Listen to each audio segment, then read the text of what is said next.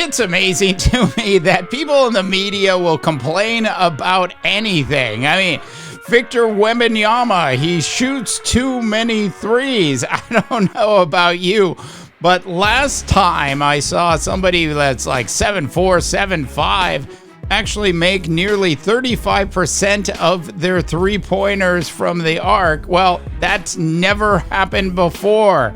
Sure, maybe he should be playing down low a little bit more than he actually is, but I mean, come on.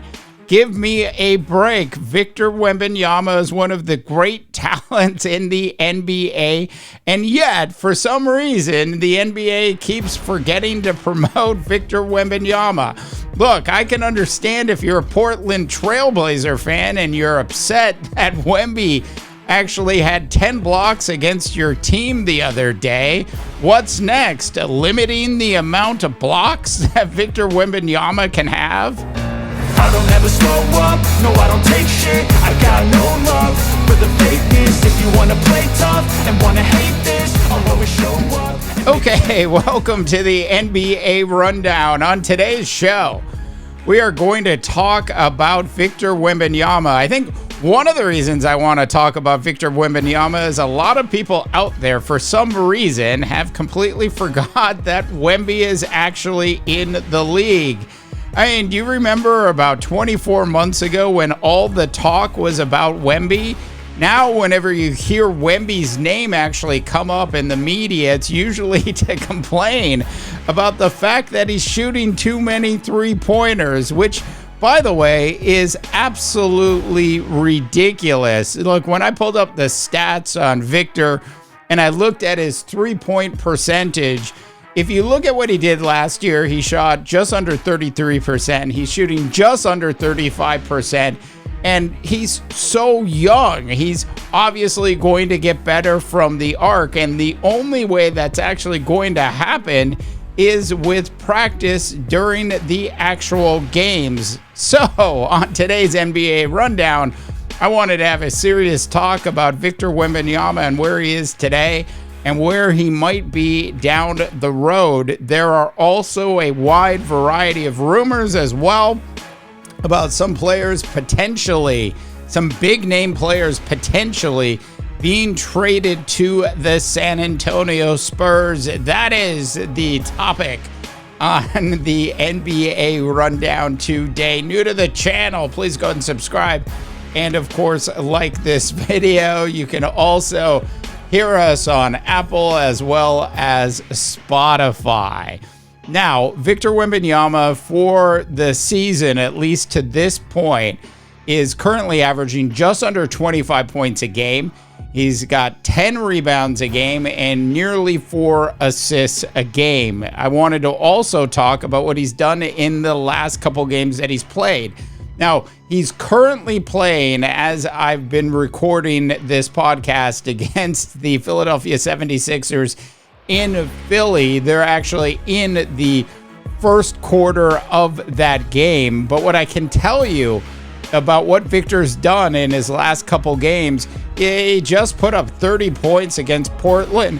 He had 10 blocks in that game. The game before that against the Atlanta Hawks, Wemby actually scored 42. He had 6 boards, 5 assists, 2 steals. How are you allowing somebody that's 7'4", 7'5", actually steal the ball from you?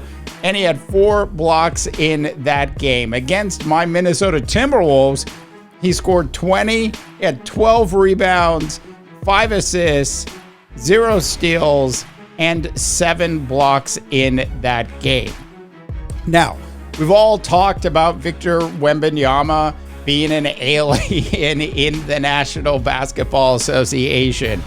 But when you really think about Victor and you really think about what he's actually been able to do through the first, year and a quarter of his career to this point, and you also sort of look at his body and you look at his frame, and you can tell he's starting to build a little bit of muscle. There's a little more muscle tone there than there was even at the start of the season.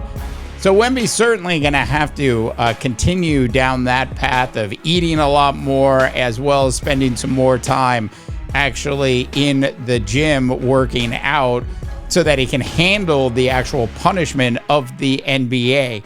But when you think about a player who has got a tremendous amount of sheer talent, just a tremendous amount of sheer talent, isn't Wemby everything that Zion was supposed to be? Sure, they're different kind of players. Zion certainly, as we know, hasn't really panned out because of all the injuries, and the fact that he still likes to eat a lot has caused possibly some of the injuries that have actually kept him as sidelined as he has been throughout his career. To this point, while Wemby's had some injuries, nothing major that really kept him out for a long period of time at all. During his first season in the association, Victor actually ended up playing in 71 games. So that's pretty good on an 82-game schedule when you consider his frame and where he was, sort of entering the NBA. Look, at the end of the day, his offensive talent is certainly something I think we all want to see him continue to work on, which is why I don't understand why there are all these members of the media ripping on him for taking threes. How is he actually supposed to get better if he doesn't actually take those threes?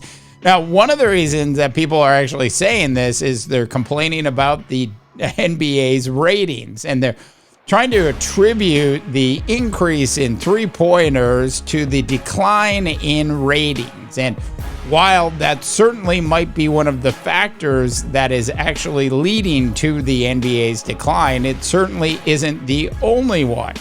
I think there's also a serious lack of emphasis really being put on some of the young players in the NBA by the actual NBA itself. Wemby should be on everything at this point. We should see less and less, and no offense to the Los Angeles Lakers fans and LeBron James, but we should see less and less LeBron and more Wemby. Now, I think what's actually happened is LeBron still draws, and while Wemby is playing in San Antonio, which is clearly not Los Angeles, it's understandable why the NBA is not quick to pull the covers out from underneath the LeBron James continuous Los Angeles Laker promotion, even when their team is probably, definitely, and certainly not one of the best teams in the NBA at this point. Now, Victor's team is significantly better this year than it was last year. Coming into tonight's game against Philadelphia, they've got a record of 15-13.